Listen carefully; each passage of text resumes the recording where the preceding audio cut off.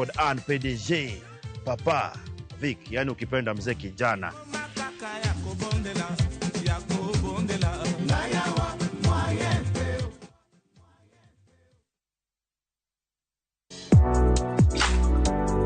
Chiemo ka chiemo nigi sigana mare. Moro ka moro kuom kit chiemo miyiero kelo nigi moro manyien. Ojuri to koro kine matagi ma eno kelo ladha.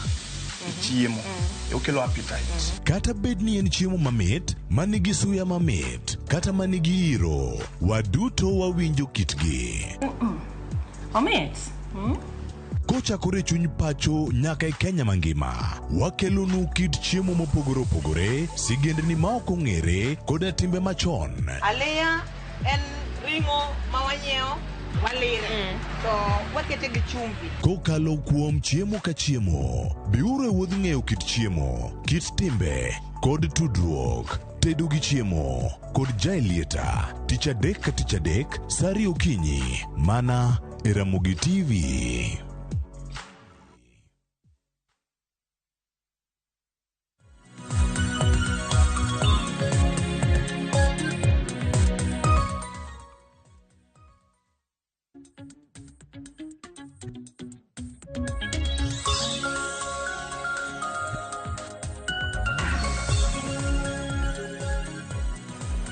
Machiegni nyakora moge jwango kinyi makawuono e chenro kwanono nonro mag weche mag tuke nyinga Cleophas Oluoch jagisimo kanya kwar mukeo nyaka sango warange achiel kachiel ka warang ni tuke to dhi machal nade weekend ageni githoth ahinya wenda nigi mbaka mathoth magidagona to kawuono adago mana go mbaka mar chanye kwar mjog milionde donjo nyoro kore wacho ni kuchopo kawuono ga dipo ni Raila Odinga omedo mare 5 ma wacho 5,000 ne ng'ato ka ng'ato koro nyoro yudo milion 3 kiriwo gi mokwongo tuke adek mokalo kanyo gin gi milion 2.5 imede 5.5 nyakora moge jwang jogi sani jo milion mana milionea lilo kama gintiere karaka tuke mag chan nyakora moge jwang Kenya go kang kendo donje tuke mag chan gi quarter finals gibedo ka girakore kod tim mar Madagascar chieng' tich abich juma ma wantiere ni odhi bedo yo machal nade alap makasarani mano ka Morocco dhi rakore kod Taifa Stars ma Tanzania e piny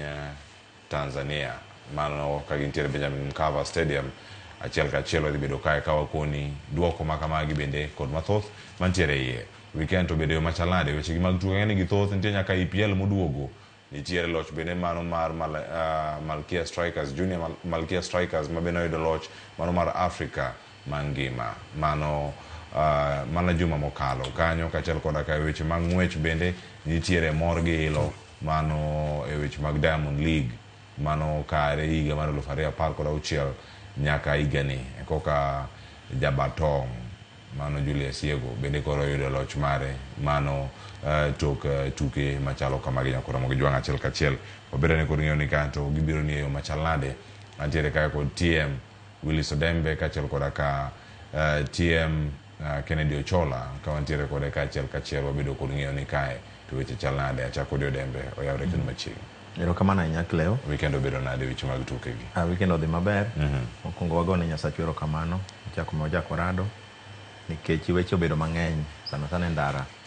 To weekend ok odhi kora marach be achaka mose nyikwara moga jwang kamoro ma gintie jo Asembo Republic jo Seme Magawa to gi Nyalenda kacha jo Jabaisa Western Mwalo Kilo kacha ingene gimoro 1990 aneno Cameroon kago World Cup Simba Club kacha koro Bath Jolumino Bath Jolumino kikalo pandi kanyo matin tiri di piny kanyo koro kanyo base na kabisa koro kleweche sedhi maber nitie moko bi wuoye to nitie mobro wuoye nyoro kanyoro monyoro nyocha chiwo ticket mara ka wach ni Zambia do koro onge tiende nikech osekalo to osiepna mono nyisa ni bwana to koro kaponi idwa neno TV to ng'ama idwa miyo report jo aneno mari midwa miyo report be onene TV ering manyien midhi kelo ne koro emomiyo na daka mogik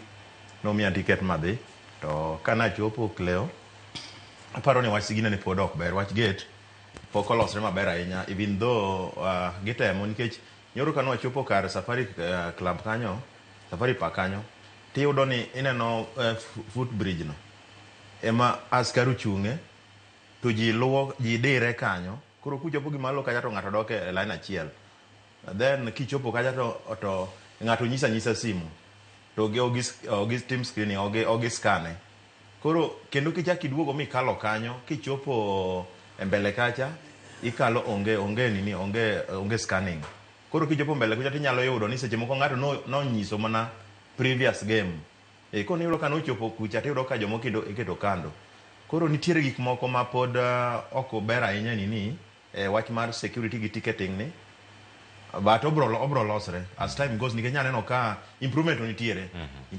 nikech ka ne wawuok e ndara kanyo kiwuotho kineno mawuotho go mongo kucha nitiere kaka nyo gi loso ero kama ranga luogi weche mag arita bende kod weche mag ticketing en achiel kuom sigana ma bende losno ka kod Armstrong Mosotwa ang'warange kachiel Ochola oyawre kendo machiegni ero kamano Cleo mokwongo weche beyo wabongo ni Nyasaye kamano kuom odiochieng' ma kawuono apani weekend nyober ganya chiew gokinyi kaka jaramo gi radio seche moko awinjo Ruth Nyalimo nyuongo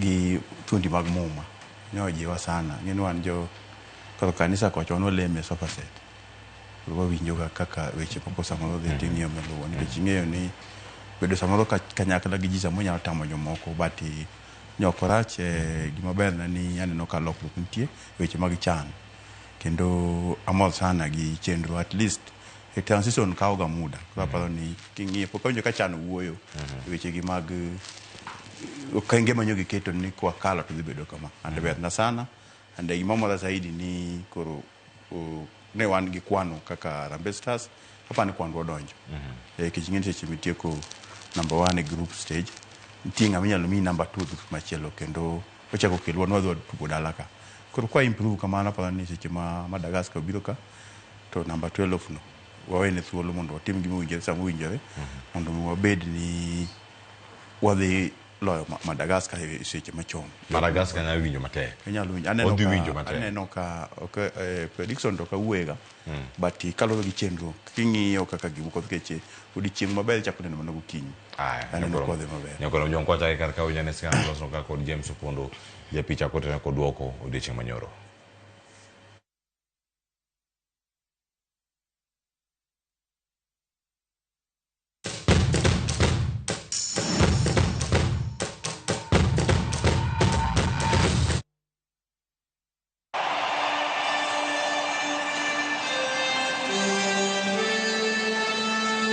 Kocha mar Harambee Stars Benny McCarthy nokelo lokruok auchiel e tim Kenya mane rakore gi tim mar Zambia ka thuolo ne omi jatugo Faruk Shikalo e gol ka Brian Omondi ma osemako gol e tuke adek mokalo ne omi yweyo. Austin Odhiambo noduogo e tim ka jaloyo masulwe matugo ne klab mar Tusker Ryan Ogam ne omi thuolo makende mar chako tugo. Knowing the Morocco lead DRC in the game concurrent to this in Group A, they need the lead.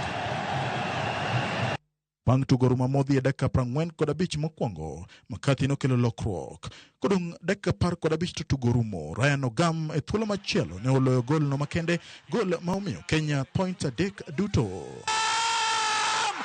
His second of the tournament, but the first of the game, and Kenya now poised to stay in Nairobi. Ryan Ogam scores for a second consecutive match. And the stadium comes alive with 15 minutes to play. Onyango thought about the shot from range, then cut back inside. Thought about the shot from range, then cut back inside. Then made the pass into the path of Ryan Wesley Ogam. And the 20-year-old steered it beyond Charles Kalumba and the Zambian goal with precision once again. Kenya utieko thuolo mokwongo chung' mar timbe Group A gi points 10 tok yudo loch e tuke adek kendo wuok amodhi e tugo achiel. Jotugo mag Harambee Stars kaachiel gi coaches magi biro yudo mich mar omenda maromo $2.5 singo mane ochiwnegi gi jatend piny William Ruto. Harambee Stars biro rakore gi tim mar Madagascar tielo mar quarter finals chieng' tich abich jumani e alap Makasarani Stadium. Again, this time for his country. James Opondo, Ramogi TV, Nairobi. Kuna mjane ni mor gilo TM, Ryan Ogam, kendo aneno kar kae, Benny McCarthy, chenro mag loko jotugo. Ng'ato ka ng'ato owinja ne ni tugo to chal nade. Faruk Shikalo, Faruk Kibet. Faruk Shikalo oyudo thuolo mar tugo ka group stage ni pok otiek kendo jodonje knockout. Mano tugo mobedo godo odiochieng' manyoro. Kendo lokruoge mamoko auchiel mano timo e tim machielo cha mano gocho kod Morocco. Kendo ugana moko wacho tiloke machal nade. Wawacho ka juma mokalo duoko odiochieng' manyoro. Erokamano Nyakleo. Kleo nyore kanyo ayudo rika marwa. Kech kirango grubno ne en wan underdogs. Harambee Stars to kod Zambia. Kineno the first 3 matches mwasegoyo, wasebedo ka wan gi bas sana, wapango bas kabisa. But result wuok. But okine ka creativity, okine ka build up, okine ka di maber. Koro nyoro nyineno ka pass mwanyalo golo, wanyalo go kata pass mokala beach. Mano manyiso ni nyoyo wayudo rika wato nyen gi maber sana, nen build up maber sana towards the quarter final nikech nitiere self belief moro mananeno ka nyithindo koro chako bedogo.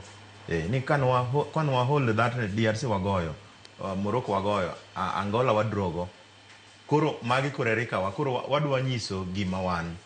To gima nyaneno kendo pogruok ma e kinda Sikalo to kod Brian build up ano Sikalo ber kirango kata nanini pass kod walkne jagol kaka Brian kaka handle to kaka Sikalo Faruk handle nyino kopogore matine ni build up mar Sikalo nyana no ka ber sana but ubende nyo konya achiel mano bende player mane chakre chon ase gombo ga sana mar mondo bie Gor Mahia kata last time na gombo ga mondo bie Gor Mahia ndalo moko ne free agent but ing'eyo kaka Gor bende weche ntiere manodhi Kariobangi sa nodhi KCB I think so.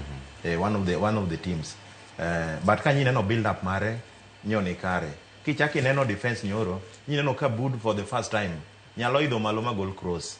Mano manyiso ni mane gima duoke ni maka koro nyere kawa to nitie discipline mosechopo to gi confidence moro osechopo ne squad no. To coach osenyiso ni bwana wajamaa tunaweza. Kama wanyalo lo Morocco to wanyalo lo DRC to wane manyo keyo kaka underdogs. Iwinjo ko